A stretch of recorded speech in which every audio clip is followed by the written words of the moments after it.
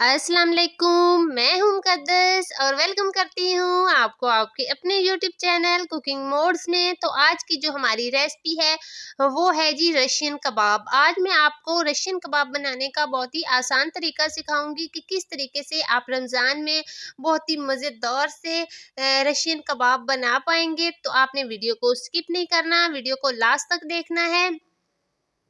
Russian कबाब बनाने के लिए यहाँ पे मैंने एक अदद गाजर ली है और बंद गोभी ली है। अब मैं आपको तरीका सिखाऊंगी कि किस तरीके से आपने छोटे साइज में जो गाजर है उसकी करनी है कटिंग। तो सबसे पहले हम गाजर को स्लाइसिस में काटेंगे इस तरीके से। अब हमने इस तरह से दो गाजर के जो स्लाइस हैं वो रखने हैं और इस तरीके से हमने इसकी करनी है कटिंग। तो यहाँ पे हमने छोटे साइज में गाजर की कटिंग करनी है।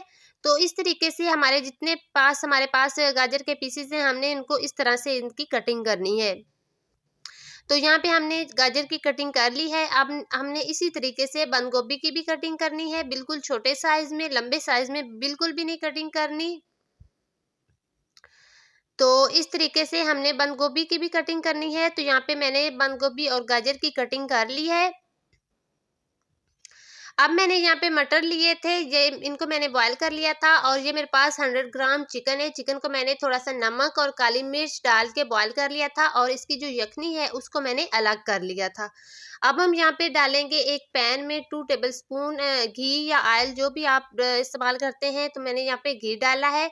अब हम इसमें डालेंगे 1 टीस्पून मैंने यहाँ पे लिया है सफ़ेद वाला ज़ीरा। सफ़ेद ज़ीरे को हमने तकरीबन 1 मिनट के लिए इसको करना है घी में फ्राई।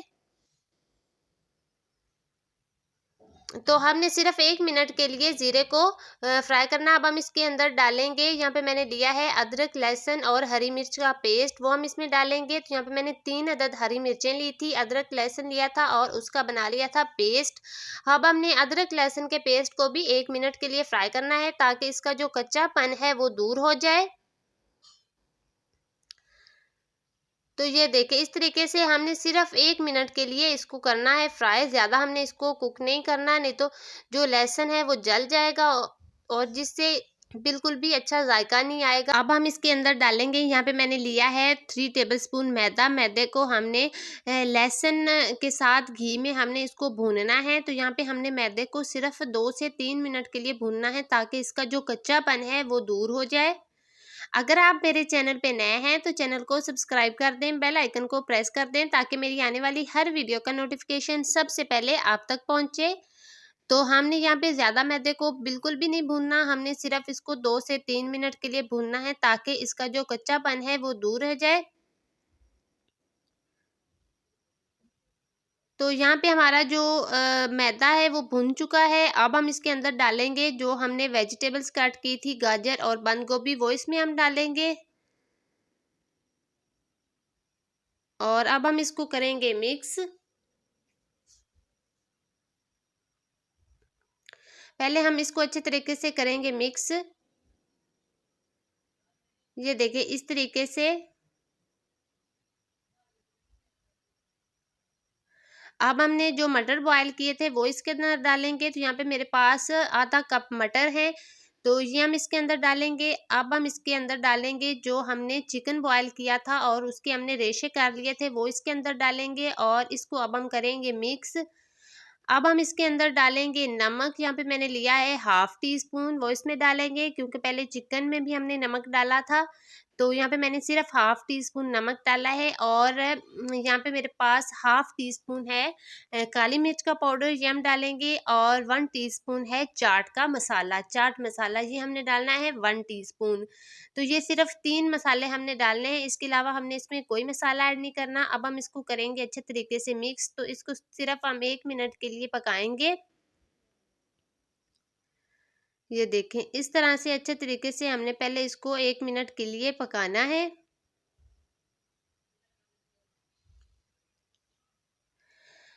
अब हम इसके अंदर डालेंगे, ये मेरे पास एक बड़ा कप है वो भर के मैंने डाला है इसमें यखनी का। ये वही यखनी है जिसमें हमने चिकन को बॉयल किया था और अब हमने इसको पकाना है ताकि जो सब्जियां हैं गाजर और बंद गोभी वो भी अच्छे तरीके से पक जाए। मटर तो हमने पहले बॉयल करके डाले हैं, और चिकन भी, और जो हमने ये यखनी डाली इससे बहुत ही अच्छा टेस्ट आएगा इसमें। और अब हमने इसको पकाना है जब तक इसका ये जो पानी है वो खुश्क नहीं हो जाता। तो ये देखें, अब हमने साथ साथ इसका चम्मच हिलाते रहना है ताकि ये नीचे से लगना ना शुरू हो जाए। अब हमने इस तरीके से साथ साथ इसका जो चम्मच है वो हिलाते रहना है ताकि इसके अंदर जो पानी है वो अच्छे तरीके से खुश्क हो जाए और नीचे से ये जले भी ना। तो इस तरह से हमने मुसलसल इसका चम्मच हिलाते रहना है। तो यहाँ पे आप देख सकते हैं इसका जो पानी है वो खुश्क हो रहा है, लेकिन अभी भी हमने इसको 2 से 3 मिनट के लिए मज़ीद पकाना है।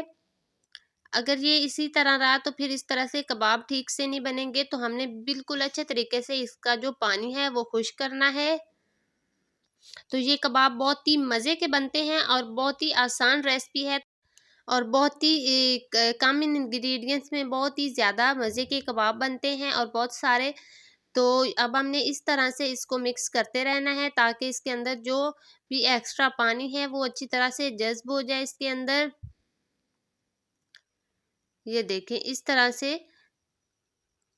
तो यहाँ पे हमारा जो वेजिटेबल्स हैं वो अच्छे तरीके से पक चुकी हैं। अब हमने इसको ठंडा करना है, और ठंडा करके उसके बाद हमने इसको रखना है आधे घंटे के लिए फ्रिज में। फिर ये बिल्कुल अच्छे तरीके से सेट हो जाएगा, तो फिर इसके बहुत ही आसानी के साथ कबाब बनेंगे।